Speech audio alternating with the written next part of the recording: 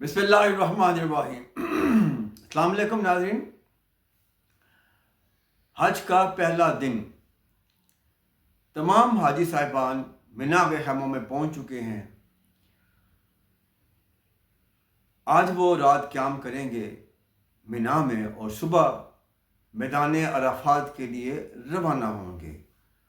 میدان عرفات کا وہ دن ہے یوم عرفہ، حج کا رکن اعظم۔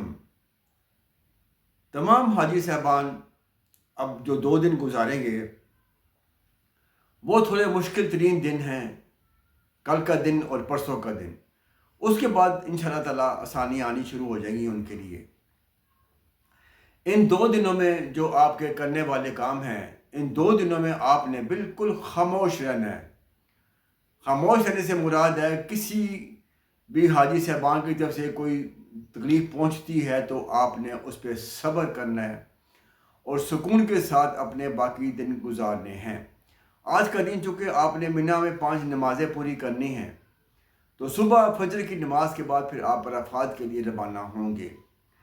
جو لوگ تو پیدل عرفات کی طرف جائیں گے وہ تو نماز فجر پڑھ کے فوری طور پہ نکل جائیں گے، اور جنہوں نے اپنی رننگ پوری کی ہوئی ہے، اپنا ٹائم پورا کیا ہوا ہے، نوجوان ہے، جوش ہے، عمر رسیدہ لوگ بھی ایسے ہیں کہ جنہوں کو اللہ تعالیٰ نے ہمت دی ہوئی ہے، صحت دی ہوئی ہے، انہوں نے آگے بڑھنا ہے اور بڑی تیزی کے ساتھ وہ آگے بڑھیں گے، اور انشاءاللہ تعالیٰ 2 سے 2.5 گھنٹے میں وہ میدان عرفات میں پہنچ جائیں گے۔ 12 سے پہلے آپ نے ظہر سے پہلے میدان عرفات میں پہنچنا ضروری ہے، کیونکہ آج کا دن آپ کا حج کا دن ہے، رکن اعظم۔ آج کا دن وہ دن ہے کہ اللہ تعالیٰ آج کا دن کہہ رہا ہوں، کل کا دن وہ ہوگا جس دن آپ میدان عرفات میں ہوں گے۔ اللہ تعالیٰ ہر روز تو پہلے آسمان پہ آتے ہیں، اس دن سارا دن وہ یوم عرفات والے دن اللہ تعالیٰ نیچے آئیں گے اور لوگوں کی دعائیں قبول کریں گے، چاہے وہ میدان عرفات میں ہیں کہ چاہے دنیا کے کسی بھی کونے میں ہیں۔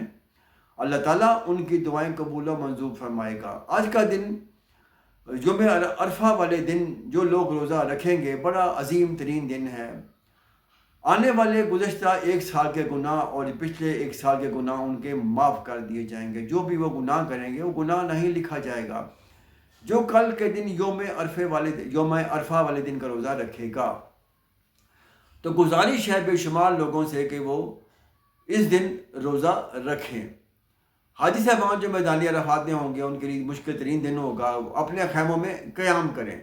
ضروری نہیں کہ آپ مسجد نمرہ میں جائیں، آپ اپنے خیمے میں رہ کے خطبہ حج سنیں گے اور وہیں اپنی نمازیں ادا کریں گے، اور مغرب کے ٹائم جب آپ کو یقین ہو جائے کہ مغرب کا ٹائم ہو گیا، دنیا روانہ ہو گئی، پھر آپ نے وہاں سے کل کا دن اپنے وہاں سے گزار کے پھر آپ نے مزدلفہ کی طرف روانہ ہونا ہے۔ وہاں پہنچ کے پھر آپ نے کھلے آسمان تلے رات گزارنی ہے اور 2 نمازیں آپ نے اکٹھی ادا کرنی ہیں۔ یہ تو تھی آپ کی مصروفیات جو صبح شروع ہوں گی، اور پرسوں صبح فجر کی نماز تک آپ کا یہ کام مکمل ہوگا۔ مزدلفہ کی رات اور میدان عرفات کا دن، یہ 2 ایک دن اور ایک رات، یہ آپ کے لیے بہت اہم ہے۔ اس میں آپ نے اپنے پاس وافر مقدار میں پانی کا ذخیرہ رکھنا ہے۔ وہ اس شکل میں کہ آپ نے بہت زیادہ پانی نہیں پینا کہ آپ کو واش روم جانے کی ضرورت پیش نہ آئے بار بار۔ آپ نے تھوڑا تھوڑا پانی ساتھ ساتھ پیتے رہنا ہے تاکہ آپ کا جسم جتنا پانی خشک ہوگا اتنا آپ پئیں گے تو ایک بیلنس برابر رہے گا، اور آپ بڑے اچھے طریقے سے بغیر واش روم جائے اسی وضو میں رہ کے آپ اپنا دن گزاریں گے اور رات گزاریں گے۔ پھر اس کے بعد جب مزدلفہ والا دن شروع ہوگا، رات گزار کے اگلا دن جب شروع ہوگا جس میں قربانی ہوگی اور دوسرے معاملات ہوں گے، اس پہ ہم کل بات کریں گے کہ وہ حاجی صاحبان نے وہاں پہ کیسے گزارنا ہے۔ تو حج کا جو بیسک جو مقصد ہے اس میں صبر و ہمت، برداشت، یہ سب چیزیں آپ نے سیکھنی ہیں۔ اگر آپ نے پھر وہی کام کرنے ہیں تو پھر آپ کا حج نہیں ہوگا۔ اس لیے اپنے آپ کو کل کے دن کے لیے تیار رکھیں، رکن اعظم کے دن کے لیے تیار رکھیں، میدان عرفات کے لیے جہاں سارے گناہ حاجیوں صاحبان کے معاف کر دیے جائیں گے، اور جو دوسری دنیا میں مسلمان آباد ہیں وہ روزہ رکھیں۔ اور اپنے گناہوں کی اللہ تعالیٰ سے رو رو کے معافی مانگیں تاکہ آپ کا اللہ ایک ایک گناہ معاف کر دے، اور بڑے اچھے طریقے سے آپ نے روزہ گزارنا ہے۔